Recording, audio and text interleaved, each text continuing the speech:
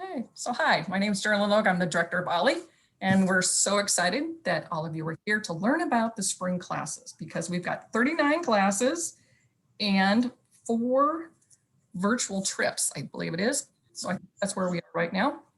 So what we're going to do first is we have 3 really wonderful sponsors, and I want to give them a little bit of time to visit and tell you a little bit about what they do. And so let's start with Steve Larsen from Clarity. Thanks, Geraldine. I'm Steve Larsen with Clarity Asset Management. We're a fee-only financial planning firm and fiduciary, have been for about 35 or so years. We sponsor OLLI because one of our values as a firm is to promote lifelong and what we call life-wide learning, learning for the length of life and the breadth of life. And OLLI is such a great way to promote that in the Ames and Central Iowa community. We emphasize in our business, we emphasize what's called sustainable investing, or sometimes environment, social governance investing. And that's where we try to choose companies for our clients that match client values related to the stewardship of natural and human resources and how well the companies are governed, governing by wisdom and virtue. And many of the classes that have been offered through OLLI have to do with aspects of that way of living, dealing with environmental issues, conservation and issues, just leadership issues in a community. And so it really matches our core values and how we want to promote financial health in our client base. So I appreciate it. We did sponsor OLLI last year. If you all got your OLLI mug, that's one way to help conserve is not throwing away a lot of styrofoam or paper cups. Yeah, thank you, Michael. And anyway, appreciate all that OLLI does, and we're glad to be sponsors for you.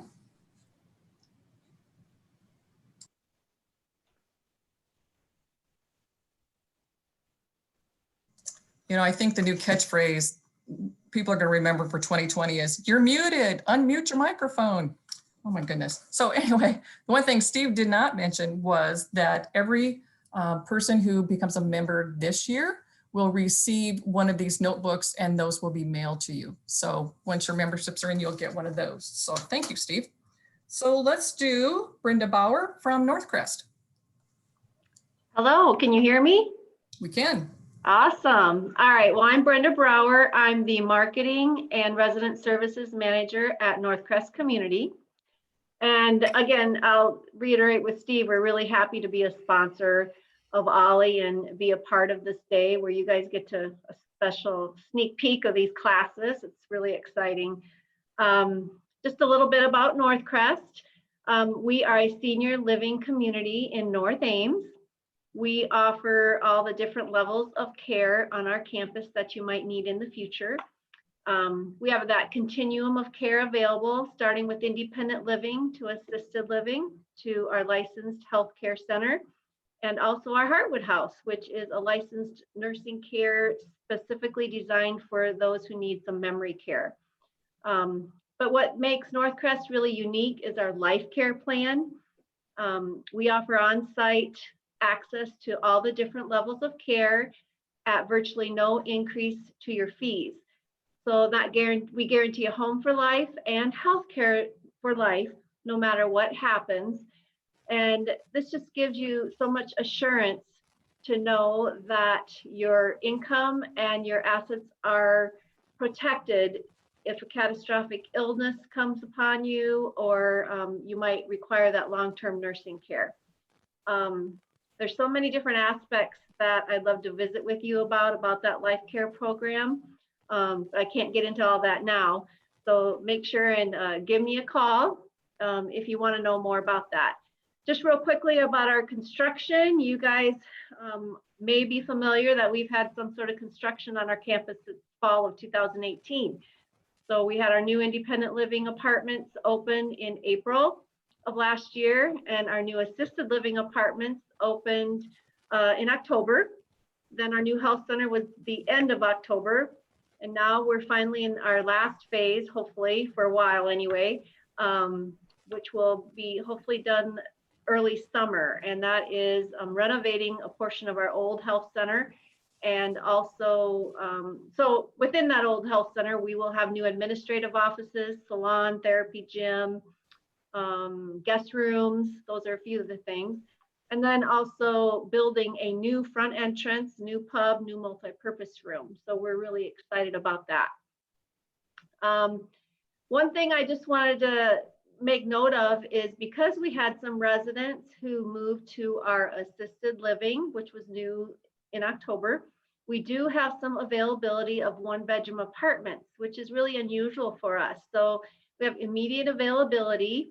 If anybody would like to take advantage of that, give us a call and we'd love to visit with you. We are open to tours of our campus and to our apartments. We of course have COVID protocols in place, but we'd love to see you, hear more about our life care plan, as well as the immediate availability of our 1-bedroom apartment. So give me a call, 232-6760. Brenda, I really appreciate that. If somebody didn't get the phone number, just give me a call and I'll get that for you. So thank you. So next, let's have Linda Lawver from Green Hills.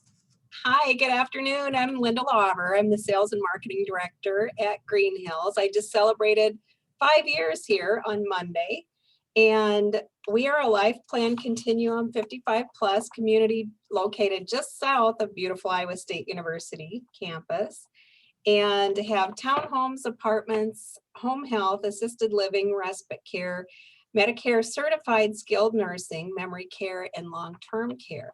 So some of our advantages would be extended transportation, wellness center, pet friendly. We have 4 dining venues, home equity ownership, a health and wellness navigator, wellness coordinator, information technology services, and outside of the townhomes, we're all under one roof. And we're celebrating both rounds of vaccines now for over 400 people.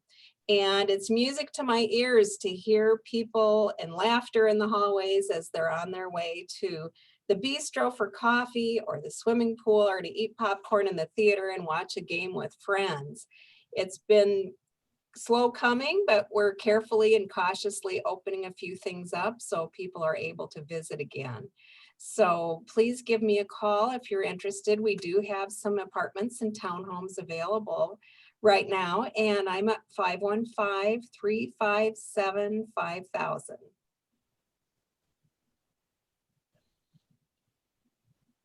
Geraldine, you're muted. I know. I keep telling other people and I do it myself. So as you can see, we have some really wonderful sponsors for our program and we appreciate you so much. So thank you for coming. You are welcome to stay for the entire event, but we know you're super busy. So if you need to leave, we understand, but you are more than welcome to stay for the entire time. You never know, there might be a class you want to take. So anyway, so Gail will be up first and I'm not sure Gail was supposed to be here, but I don't see him. So let's start with class number 2, which is Leanne Wilson. Yes, hi, I'm Leanne Wilson, and our class is It's Time to Act, the Ames Climate Action Plan. Mary Richards and I are joining forces again for this one. We did one this winter on a related topic. We're planning to do this in 2 parts. The first part will be a focus on what is a climate action plan, what goes into a good one, what are some examples from other cities, and looking at that aspect of it. And then the second one will focus on some Ames specific issues and the process that is going to be going on here in Ames to get us a climate action plan. And as we did for our winter class, we do expect to invite some people to join us for this from the city, people who are involved in this process. Look forward to a couple of lively sessions in April. Thank you.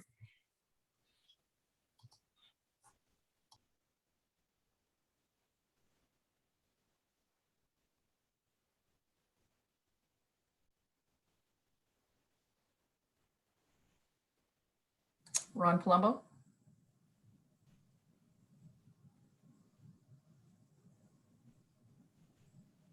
There we go. Sorry for the delay. Okay, hi. My name's Ron Palumbo, and I will be presenting class number 3, American Writers of the Lost Generation. So many members of the generation that came of age during World War I were disillusioned by the outcome of the so-called war to end all wars. This class is going to take a look at 5 American expatriates who shared that disillusionment with the war.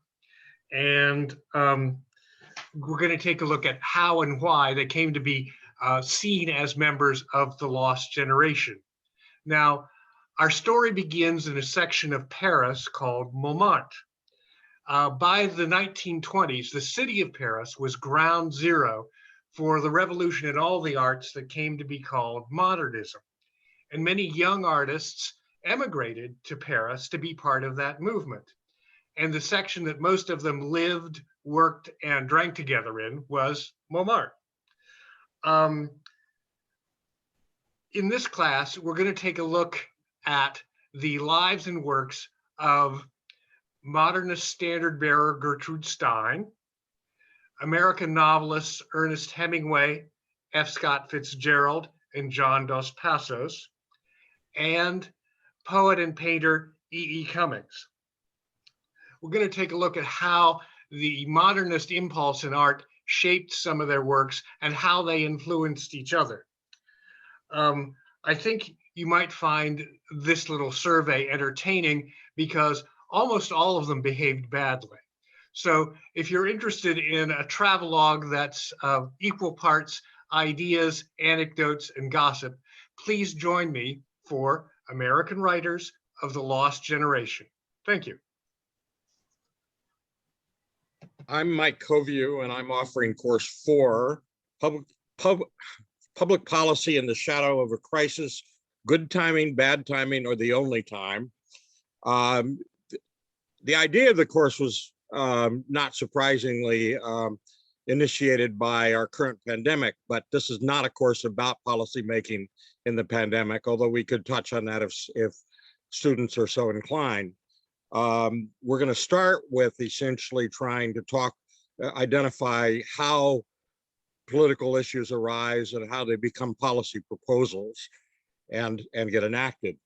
We'll talk about what do we mean by a crisis or emergency in the context of policymaking, and whether we end up with sensible policies in these circumstances or not. And then finally, we're going to try to talk a little bit about whether we can anticipate future crises and effectively prepare ourselves for them. So that's basically the 4 weeks.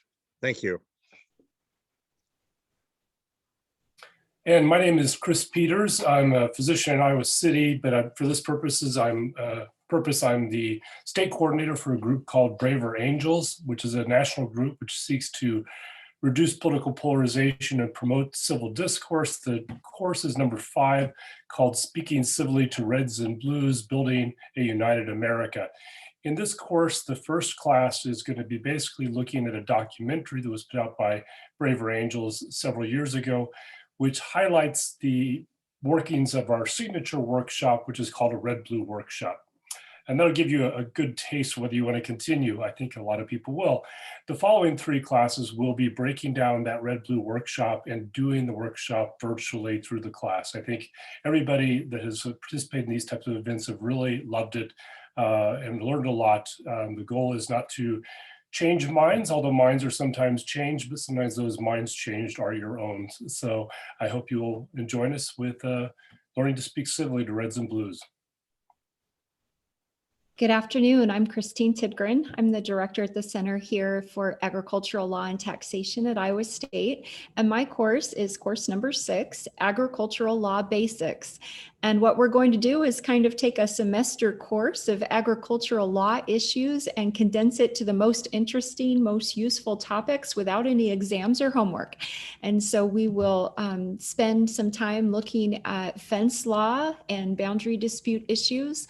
We'll take a look at farm lease law, property liability concerns, and then we'll have our last session be about estate planning topics. So I hope some of you will join us. We plan to have some lively discussions and focus on those things that matter most to you. Thank you. Well, I'm Beth Larrabee, and my course ID number is number 7. The title is Biomes and Ecosystems, What Makes Our Home Planet Earth Tick. So biomes and ecosystems, it sounds like some really technical words, and we try to squeeze a huge amount of information into those few syllables. But maybe what we should be calling it is something else. We should be calling it our life support system for the planets. It's 3 simple words. We can all understand that we all need a life support system, and we can't live without it. So our life support system is partly about sunshine. Get our energy for our spaceship from the sun, and we get a continuous supply of that energy every day. But that's the only thing we get from the outside on a daily basis. Everything else is here on the planet with us. So we're in a sealed unit. We live on recycled water. All of us have a little bit of dinosaur pee in our tea or coffee today. And everything else stays here as it moves through living things, things that were once living, or mineral cycles. So our life support system has evolved in concert with all the existing components of the planet. So hopefully once we understand how those cycles work, how our life support system works here on Earth, then we can begin to understand how we humans have interacted and influenced that life support system. And in our last class, we're actually going to take a real in-depth look at what those implications are for Iowa and the future of Iowa and our descendants. Thank you. I hope to see some of you here and explore this with me. Bye-bye. Good afternoon. I'm Anna McCracken, and I'm number 8 on the spring OLLI class listing. My 6-week course, Writing Small in Memoir, will focus on making the most of small moments. Drawn from personal experiences, encapsulated memories that we carry through life, we will write short memoir in short form, which means we will tell succinct stories maxing at 700 words.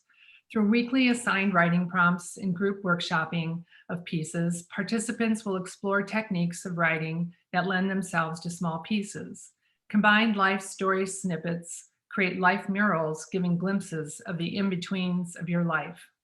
Class is limited to 8 writers to allow time for weekly group workshop feedback and later notes from me. No prior writing is necessary. Now, if some of you are thinking, oh man, I took her class last spring, know that I will supply, it's not the same class, but like it, know that I'll supply fresh reading assignments, fresh writing prompts, and new ideas, because I am always learning as a writer. I am writing my memoir in this form and will defend it this spring in my thesis committee. There's always more to learn and always more to write. I hope you will join me. Thank you.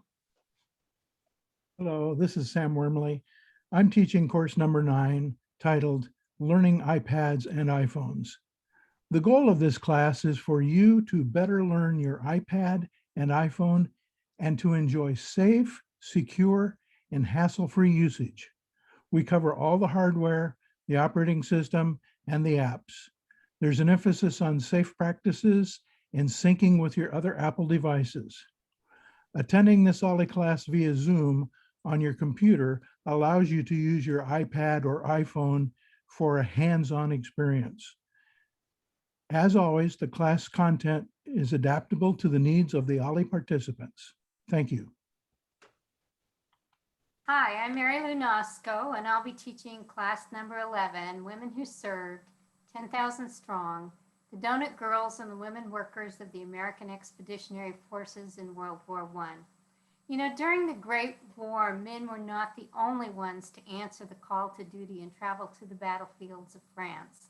America's daughters volunteered for duty in Europe, some just behind the trenches. Dr. Lovejoy said it best, "We were not called to the colors, but we went anyway."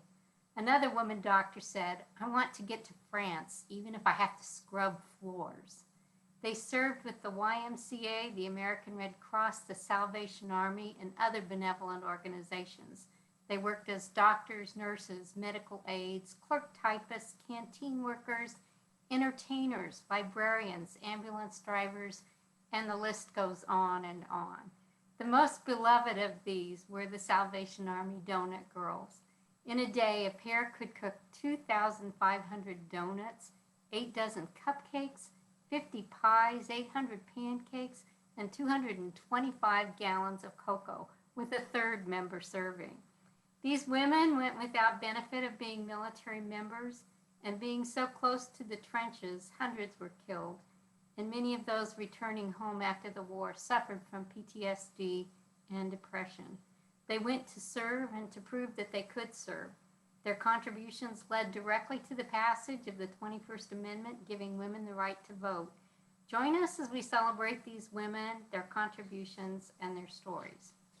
I'm also teaching number 12, Women Who Served the Yeomanettes, Marinettes, and Hello Girls of World War I.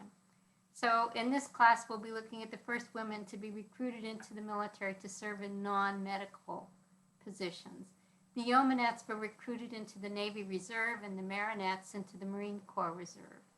These women served in clerical positions within the United States in order to free men to fight in Europe.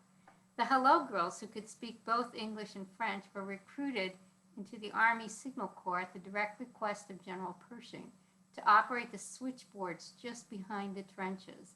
Their efficiency was just what Pershing ordered. A woman averaged a connection every 10 seconds, while it took men over a minute to do so. After the war, many of the Navy and Marine Corps clerical positions were converted to civilians, and some of the women continued to work in them through their retirement. Not so with the Hello Girls. Upon their return to the States, they found that they had never been members of the military and could not get help for their failing health or be buried at Arlington. They fought a battle with Congress for over 50 years. When their service was finally recognized by President Carter in 1977, the 8 surviving members were well into their 80s and unable to travel to Washington, D.C. for the signing of the legislation. Join us as we look at these 3 groups of remarkable women whose stories have been missing from American history. Thank you.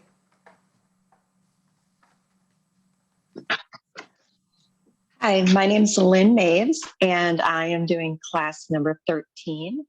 I'm a dietitian and a diabetes educator at Mary Greeley Medical Center, but my class for this time, or this class, is Listen to Your Gut, a discussion on gut health and the foods you eat. Beth, I think it was talking about biomes and ecosystems, and I am talking about biomes and ecosystems as well, but in your gut. So join me and we'll talk a little bit about the review of what gut health is, how eating can affect your gut health, and how our gut health affects our health overall. So I guess that's it. Come join me and you'll get the rest of it. So thank you, everyone. My name is Rebecca Beal, and I'm a naturalist for Story County Conservation, which means that I do environmental education in our county parks, as well as in normal time schools. And I have led for several years a book club, and for OLLI, course number 14, I'm going to do a discussion of braiding sweetgrass. This has been one of our most popular book club selections, and probably the book that I've recommended the most often recently. It's really, really incredibly profound. If people enjoy environmental literature, learning about our relationship with the earth. And as the author, Robin Wall Kimmerer, says, how the earth can be grateful for us. This is a book that you would definitely want to read. I put it right up there with Aldo Leopold in terms of how important it is. So the class would be a discussion. Participants would read the book in advance. I would provide discussion questions to start us off, but then we'll go with where the conversation leads us. And it's a great way to experience the book with another group of people and have some great conversations and learning that just reading the book on our own might not bring us to. So I hope you join us for that. I'm also presenting number 34, which I'm going to talk about now as well, which is on elegy, an environmental writing workshop. Something a lot of people don't know about me is that while I am a naturalist for Story County Conservation, I'm also a graduate of Iowa State University's MFA in Creative Writing and Environment, as one of the other presenters is in it right now, I believe. So this would be just a 1.5 hour workshop, really a point of inspiration to find or sharpen a memory or experience in writing. Provide some short nonfiction or poetry examples, very, very short, that might spark an idea, give you a model. If you have something in mind that you want to work with, we'll do some exercises. Again, those are just to warm up, inspiration for fun, and get your mind flowing in writing, and maybe find a strategy to work with. This is a workshop that I've done for the Iowa Prairie Network and Lost Hills Prairie Seminar in the past. There'll be lots of time for discussion, asking questions, very participatory. So again, that was number 34 on elegy, which is an environmental writing workshop. So hope that some of you will consider joining that one as well. Thank you.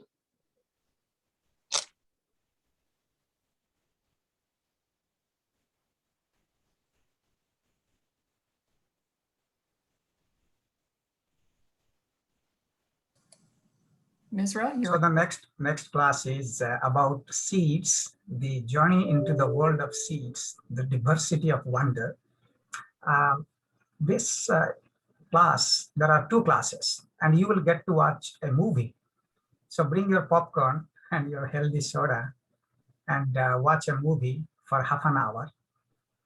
This movie is about seeds because we made this movie to promote the value and the beauty of agriculture, to inspire the youth, the public, and the policymakers to think about how agriculture contributes to the food and nutrition in the world. So think about it. We take seeds for granted. Many of you probably do gardening and you drop a packet of seeds into the ground, but many of you probably don't think about seeds because we are surrounded by seeds. Think of the morning cup of coffee that comes from seeds. And when you, of course, have your bagel, that comes from seeds. You have beverage, you sleep in a cotton seed that comes from cotton seed. So day-to-day living, this movie has 6 episodes. One episode is every day about seeds. What will you do without seeds? Then it goes into all aspects of agriculture, how seeds is the beginning and renewal of agriculture, of all life, of civilization. It not only talks about the science of seeds, but it talks about the beauty. It's a movie that is very storytelling with lots of wonderful images. And we have an episode where we says, let seed be thy medicine. How seeds can be actually just long-term medicine. Good food is medicine. So that's the kind of thing that you will watch and see in this movie. The idea is some of you have children and grandchildren that are in high school, that are in college. Hopefully this will inspire them to choose agriculture and science. This movie is available freely to download. So any of you want to, after watching, if you are interested, you can use that movie maybe to share it with your children, grandchildren, or all your colleagues, and promote the value and beauty of agriculture. Thank you.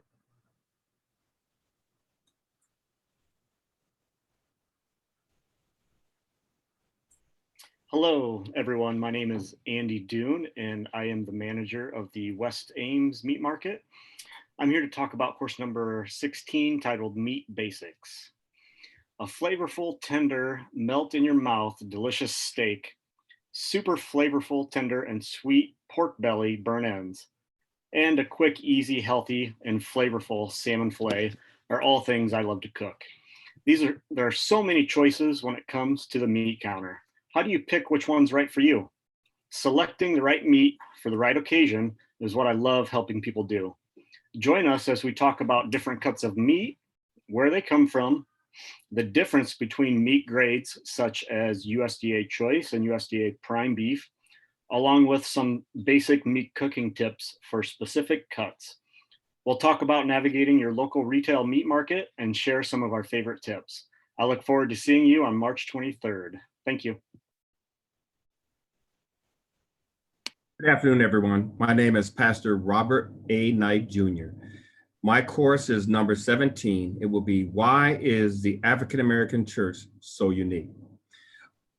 A worldwide pandemic, financial stress, racial issues, Black Lives Matter, the elections, riots, all of that in the last 12 months. What a year we've had. In fact, it haven't even been 12 months. But our course is going to be a 2-day course. The first day is going to talk about the history of African Americans in this country. And day 2, we'll talk about the African American church in the community in Ames. And we'll see some things about how those items I just mentioned interact with the church and how that sets the church up in the community. It'll be a great time. I pray that you would join us as we spend time together talking about why the African American church is so unique, particularly in Ames. Thank you. Hello, I'm Charles Knicker, teaching course number 18, Trends in Spirituality. Another Charles Dickens, opened A Tale of Two Cities with the line, "It was the best of times, it was the worst of times." Could we not say that about our world? Its scientific boundaries are vanishing due to social media and a borderless pandemic. And so in such times, interest in spirituality explodes. Simply put, spirituality can be called an attempt to find meaning or meanings in life. And what I've learned is many of them are paradoxes, because most of the stories in non-traditional as well as traditional ways, you need to leave the shelter of home to do a search and then perhaps find a new kind of shelter. There are 4 topics in this first session. It may be repeated in the fall, but home that gives us meaning, the self. The third is from disciple to traveler, and the fourth is communities of comfort and confrontation. We're going to do a lot of survey analysis, including a book called Back Pocket God, recent interviews with journalists and scholars who've produced books like Beliefs Without Boundaries, Big Questions, Worthy Dreams, an essayist writing a book called Staying Put in a Restless World. Another writer calls it this way: we will find spirituality in what she calls the 4 F's: families, friends, food, and Fido, pets. And we might add film. We're going to have lots of fun. It's not that serious, but it is serious. Thank you. Look forward to seeing you.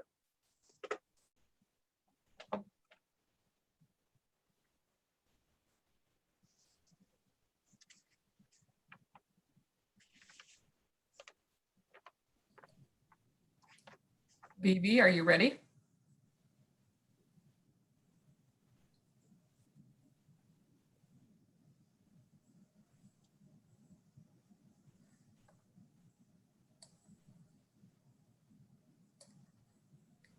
Well, BB, if you're talking, we can't hear you, so you might need to unmute your microphone.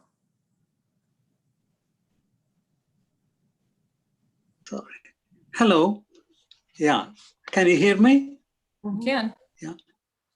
Yeah. Okay. This is the second part of a course I gave in the past quarter, it was World's Literary Classics. And last time I talked about literary classics from mainly ancient and non-Western cultures, Japan, China, India, Persia, and so on. This time I'm going to talk about the major 8 classics from the Western tradition, which will be mainly Italian and French, and Spanish, German, Russian, Finnish, English, American. These are amongst the great books that have had an impact not only within the cultures, but beyond. And we live in a world where we try to understand different cultures, and what greater means there is than to go through the major literary creations. In each of these traditions, as we know, there are hundreds of great books, and it was difficult for me to choose one from each. But in each case, I have tried to choose the most popular and the most impactful of the books. I have to say that during the past few months, I've been reading all of these, and there were a couple of changes I wanted to make. Therefore, as far as the German and the French, and the American are concerned, they may not be exactly the books that I have listed there, but overall, the idea is to taste a little bit of the different cultures through their masterpieces. I do hope you will enjoy the course. Thank you.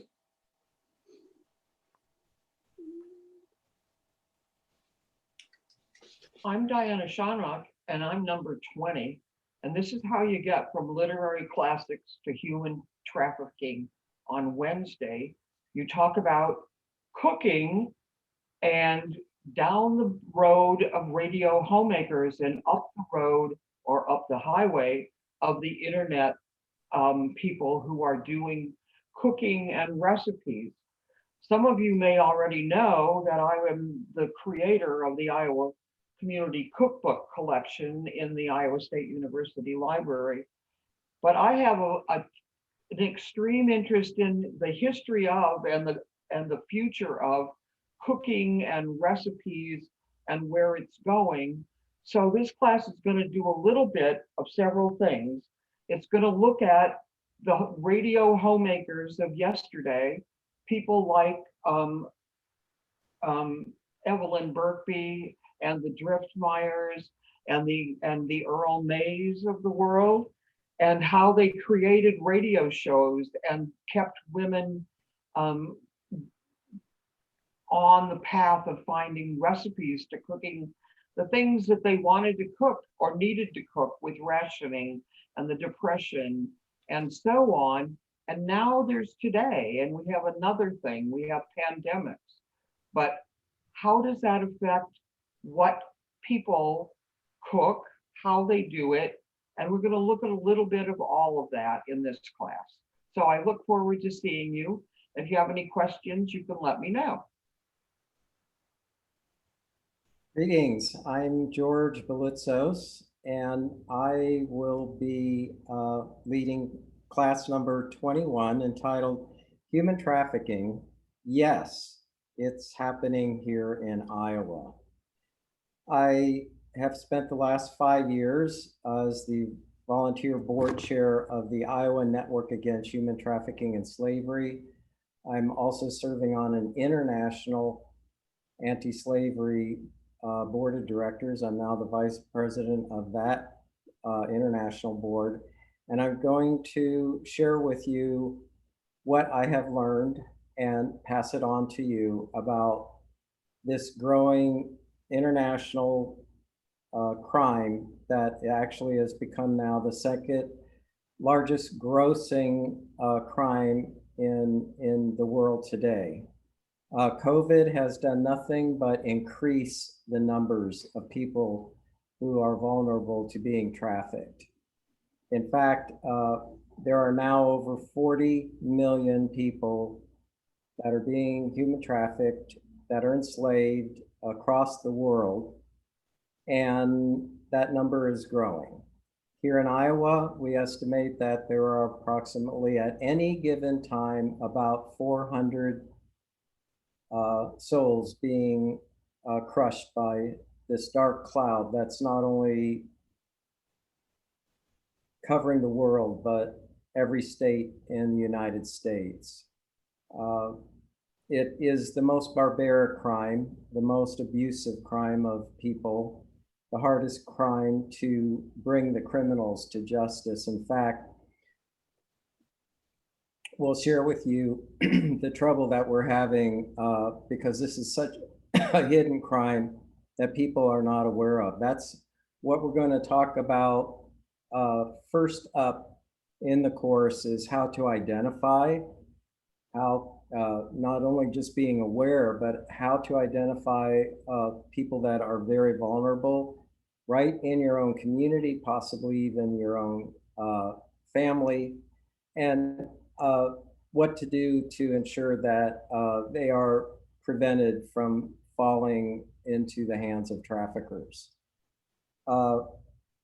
There's only of the over 40 million people last year that fell into trafficking and are being controlled by their traffickers, only 0.2% get the help that they need. And actually the number has gone down. This is a crime that you look at and you see very little hope because it's growing so fast. People are so unaware of it. We're gonna try to fuel you with the information you need to know, to recognize it, to know how to prevent it, and to, in the larger concern about the growing crime, what you can do to help. So if you're concerned about the world's fastest growing crime and have interest in joining the fight to end this scourge on humanity of slavery, join us for the course number 21, Human Trafficking. Hi, I'm Ray Riley with course number 23, Museums Around the World from Ames to Australia. It's a one-class course. Alice Sheridan and I love museums, all kinds of museums, art, history, glass, archaeology, anthropology, textiles, folk art, decorative arts, war, and science. And we're eager to share our experiences with you. For example, I will tell you about a museum in Brisbane, Australia, where I had the most engaging, remarkable, and fun museum experience of my life. And Alison will recount a story about seeing an item in the huge Victoria and Albert Museum in London that absolutely blew her away. Just a note, we won't mention the really big places like the Metropolitan or the Louvre. You would visit them anyway. And you say you're not planning to travel to Australia or London anytime soon? Not to worry. Thanks to COVID, you can visit some of these museums virtually. There should be some time during the class for you to mention your favorite museum, and we'll work out a way to compile that information for everybody. So see you on April 7th. Thank you.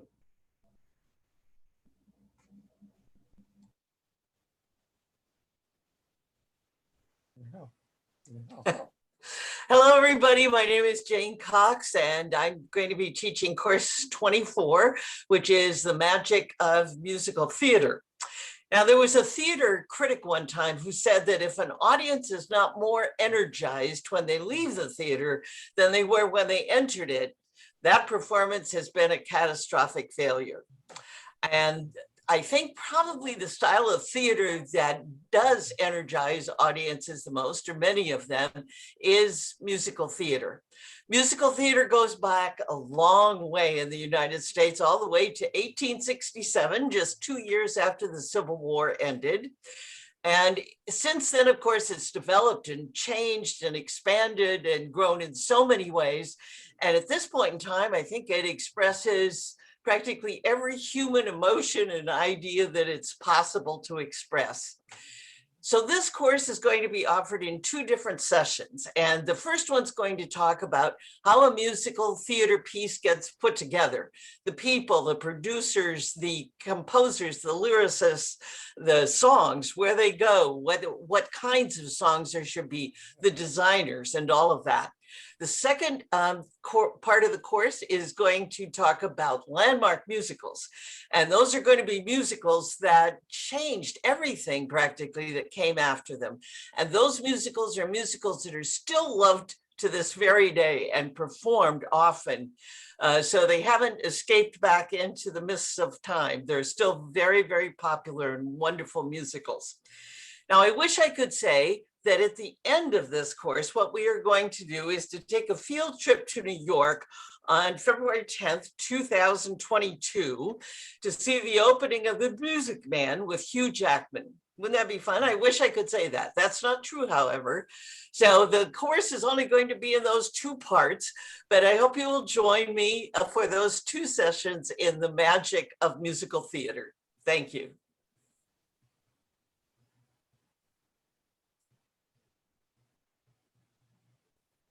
Hi, this is Tisa Johnson, and I am coming to you from what I affectionately call my VOFfice or van office as I'm on the go. There are so many fascinating and important topics that have been mentioned today, so I feel a little bad that the downsizing lady is coming along now, because I think most people think of the idea of downsizing or right-sizing or letting go of stuff as a downer. And who wants to spend a lot of time thinking about it, much less doing it? However, what I've learned is, and especially as I've taught OLLI courses several times now, is that this topic is one that tends to touch everyone, whether you've sort of been through this recently and have insight to share. Certainly, whether if you're not doing it for yourself, you have experience with doing it for others. And there's a lot of good and treasure to be found there. And our feedback from the last couple of times has been that there's just so much information that this time we decided to split it into 2 parts. So we are doing 2 sessions a week apart. The first will focus more on the emotional aspects of things, and also just sort of philosophies and different ways folks use to sort of get their head around the idea of making some choices, perhaps about right sizing or downsizing, whatever that might mean in their life. And then the second one will be much more practical in terms of sharing resources and real practical tips and tricks to making that idea of simplifying or downsizing or right sizing seem to break into much smaller steps that seem doable and hopefully motivating. So don't let the idea of the topic scare you. We tend to have a lot of fun and, again, share a lot of really great treasured stories about our belongings. Hope you join us. This is Sam Wormley, and course number 26 is titled Photography Tips and Techniques. And it's for all kinds of cameras, including cell phones and DSLR cameras. The catalog notes that the class limit is 15, and due to the low class limit size, you must register online. If you need any assistance, call the office and Geraldine will help you assist you in paying online. This class covers major principles of photography. In the simplest of terms, we work on capturing what you see and how you want to depict it. We will concentrate on the nuts and bolts of your cameras, composition, lighting, photojournalism, post-photo processing, sharing, backing up, and storage. Each week, we will share photos taken since the last class session. And as always, the class content is adaptable to the needs of the OLLI participants. Thank you. Hello, I'm Casey Bass. I'm going to be co-instructing course 27, Understanding Estate Administration and Planning Advice. If that title doesn't get you excited, I don't know what does. John Tillow is an attorney in Ames. He and I are going to teach it together. I'm a certified financial planner. The course is going to be laid out. It's one day. Tillo is going to start it with giving a nice, thorough explanation of the two different routes that you can have your estate organized, whether you want to do it through will and probate or via revocable trust and avoid probate. He's going to give advantages and disadvantages to both options, as well as a timeline of events that occur under both options. I'm then going to come in and just give some advice, some situations we've been in as a firm, and what concerns clients typically have, hurdles that their kids or grandkids have to get around, and tips for how to make your estate easier, simpler, and just more seamless for your whoever is inheriting your estate. And a tip there would be to go to Tisa's class on downsizing. That would be a good help. So anyway, I hope to see you there. Thanks. This is Sam Wormley. Course number 28 is Apple Watch. The future of health is on your wrist. This OLLI course, a one-day course, introduces you to the Apple Watch, covers the capabilities, the setup, the customization, and how the Apple Watch is an extension of capabilities on your iPhone. You can measure your blood oxygen level with a revolutionary new sensor, take an ECG anytime, anywhere, see your fitness metrics at a glance with the enhanced always-on Retina display, and with the Apple Watch on your wrist, a healthier, more active, more connected life is within reach. As always, the class content is adaptable to the needs of the OLLI participants. Hope to see you there. Thank you.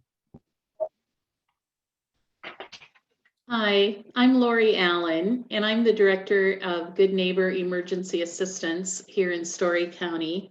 And I'll be leading a class on April 8th that's just called Good Neighbor Emergency Assistance, helping our Story County residents. And I'm going to talk a little bit during this class session about the demographics of Story County. I'll be talking about poverty and the working poor. I'll be talking about housing and how people are navigating. COVID and the derecho this year really threw a curveball at a lot of families that were just barely getting by. And I'll also talk a little bit about Good Neighbor that's been in our community for 24 years. We'll talk about its origins, how we're funded, and how we collaborate, excuse me, with other organizations in Story County. So I really look forward to seeing you there. I just think it's fascinating learning about how we're all getting by, especially during this time. So I hope to see you on April 8th. Hi, my name's Steve Peters. My course is number 30, Behind the Scenes in Sports, Entertainment, and Convention Venues. I'm the founder and CEO of a company called VenueWorks. We're a venue management company. We manage some 45 arenas, theaters, and convention centers, literally from coast to coast. Here in Iowa, that means we manage venues like Stevens Auditorium in Ames, Bridgeview Center in Ottumwa, River Center Adler Theater in Davenport, the Alliant Energy Powerhouse Arena, the McGrath Amphitheater, the Paramount Theater, and I'm on Ice Arena in Cedar Rapids, and a lot more of them around the country. We're going to talk about what goes into building these facilities. How do they get built? You know, in ancient times, city-states competed with each other by armies, and they went to war with one another. Today, cities compete with each other for visitor dollars, and they compete with by building big new arenas and bigger and better convention centers and the bigger theaters with more amenities to attract people to come. So I've heard a lot of people talk about answering some really weighty questions and addressing important topics of the day. I can't say that we're really going to do that, but if you've ever wondered why in 1984 you paid $15 for a ticket to see Kenny Rogers, and today $15 probably wouldn't cover the cost of the service charge on the ticket you're trying to buy if you can get to the right website and if you can get into Ticketmaster, this might be something you'll be interested in. We'll talk about what goes into putting a show on the road, whether it's a country western concert or a Broadway show, how it comes to be at one theater versus another. How does a convention end up in one city instead of another? All these things and more we'll talk about, and I hope I can see some of you there. Thank you.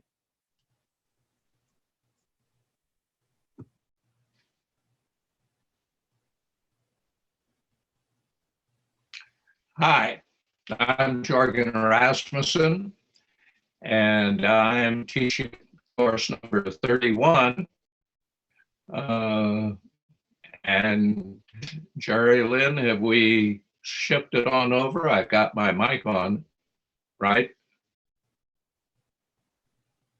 Jerry Lynn? Oh, okay. Well, as I say, I'm Jorgen Rasmussen. I'm teaching course number 31, which is my granddaughter can color better than that. We are meeting on Thursday mornings, beginning on the 25th of March at 11 a.m. And the course is going to cover 4 major art movements of the 20th century. Right? My granddaughter can. Here's the key factor about this course. It tells you what you should like the reverse. The intention of this course is to enable you to get a fuller understanding of why you like what you like. Now, in any kind of group, there will be some people that like this and some people that like that. And if everybody is willing to participate fully and is not people who are going to be shy, then we should have a lot of interesting comments, because what somebody thinks is a great painting, on the other hand, you may think is a piece of junk. So we'll have these kind of discussions, and emerging from that, you'll have some sense of your preferences in a way that you had not had before. We'll also have time in this course to spend some attention on the scandal of the bias against women artists. So if you are interested in good discussion now and interested in seeing a lot of worthwhile paintings, this is the place for you on Thursday mornings at 11 o'clock. Jorgen, I promise not to be shy. Good. All right. We'll also have time. Mike Metz is having problems with his internet, and I had him here just a second ago, but oh, here he is, just a second. I'm going to put him on speaker and you can listen to Mike. Well, hello, whether you believe it or not, seeing is not always believing. I am Mike Metz, the primary instructor for course number 32 entitled Iowa's Tallgrass Prairie, a Conversation. The extent of the original Tallgrass Prairie, some of you may realize that during its peak covered portions of up to 19 states and 1 province in Canada.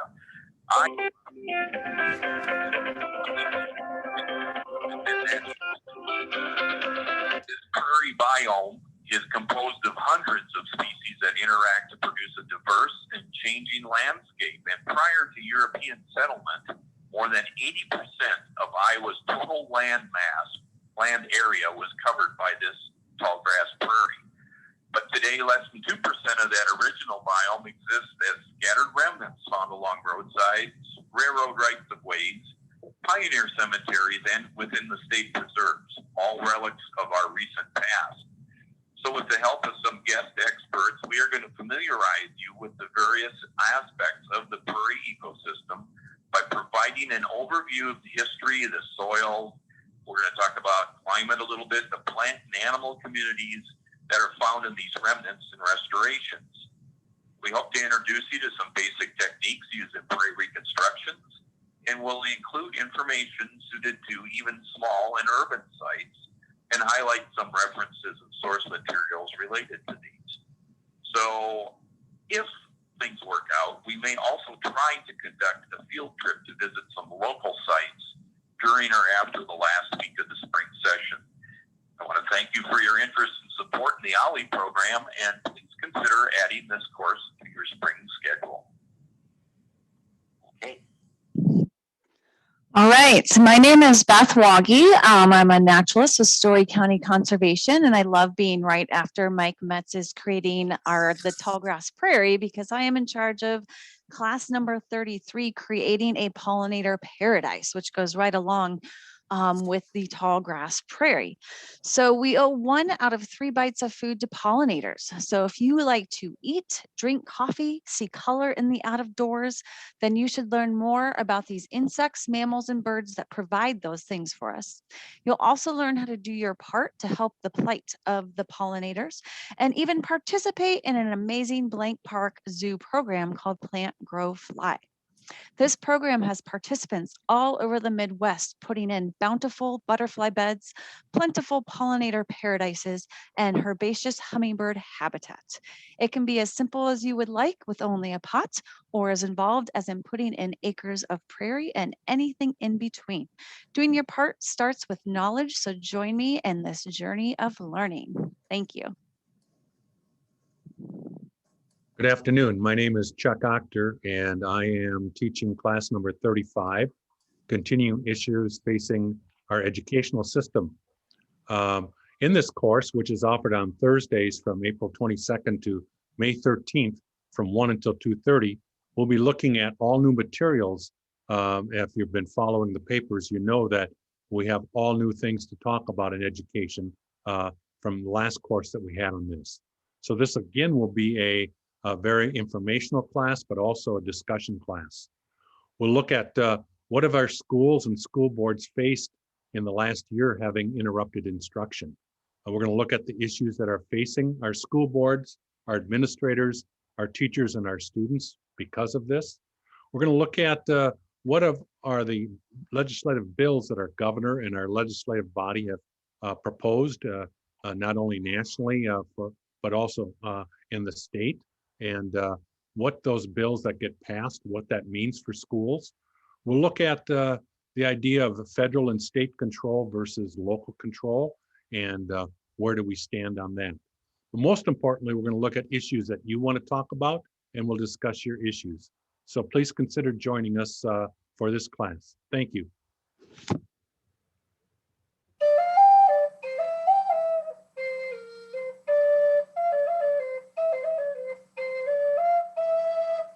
Hi, I'm Marilyn Osco, and I'm teaching class number 36, Finding Your Song, Learning to Play the Native American Flute. One of the best things that you can do for your brain is to learn a new instrument. The Native American style flute is perfect for this. It has 6 holes, it plays 5 notes and an octave, and they all harmonize. And so you're always going to sound great. The notes will sound good together.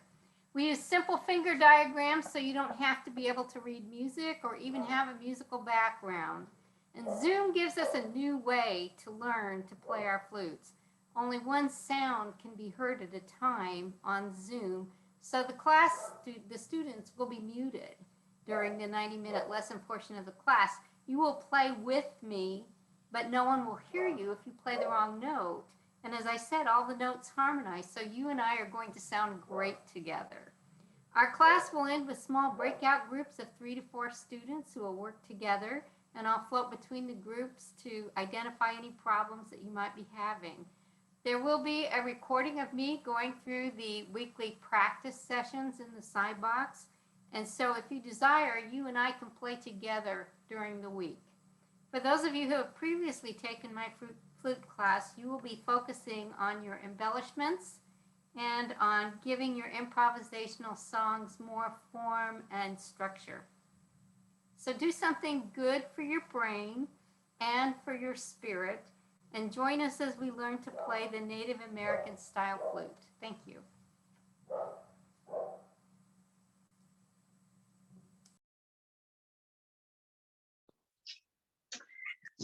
Hi again, this is Lynn Maves, and I was teaching number 13, but I'm also teaching number 38 as well, along with being a diabetes educator and dietitian. I'm also a yoga instructor. And so back by popular demand, I am teaching yoga for everybody. So maybe some of you took my class last time. If you want to learn to twist yourself into a pretzel, we're probably not going to do that. So don't expect that. But it is yoga for just about anybody to do. It's kind of a gentle yoga process. I'm teaching 4 classes this time. Last time I just did 2. So this time it is 4 classes and a gentle yoga process, and that anyone can do if they would like to. Teach you some modifications. We talk a little bit about yoga theory and a little bit about yogic lifestyle and things like that. But if you want to go home chanting Om, you can, but you don't have to, and that's not an expectation. So just come and have fun with me and learn to do some yoga, something to get your body moving, and fun for everyone. So I hope to see you in class number 38, Yoga for Everybody. Well, I am not Stephanie, but Stephanie could not be here today, but she sent something. So it says, hello for class number 39, Stephanie Clark, a professor in the Department of Food Science and Human Nutrition at Iowa State University, will be the presenter. If you were a student at Iowa State University between 1927 and 1969, you may have fond memories of buying handmade ice cream and cheese on campus. Unfortunately, between 1969 and 2020, Iowa State students did not have that special opportunity until the fall of 2020, when we reestablished the ISU Creamery.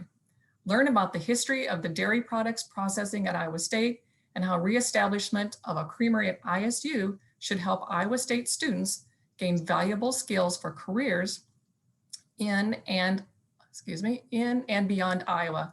Not only that, but we are helping people on and off campus form fond memories of ice cream and cheese handmade on campus again.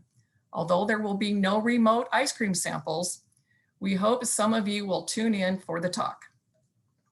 All right, so that is the last class. So thank you all for coming. Thank you all of our presenters. It was awesome to hear a little bit more. And then don't forget, online registration starts tomorrow morning at 8:30 Central Time. It will not open before that. And then you can make me work really hard tomorrow by registering for all of those classes. So what I'm going to do now is I'm going to stop the recording. And then if anybody has questions, you are welcome to ask the instructors questions. So thanks again, everybody.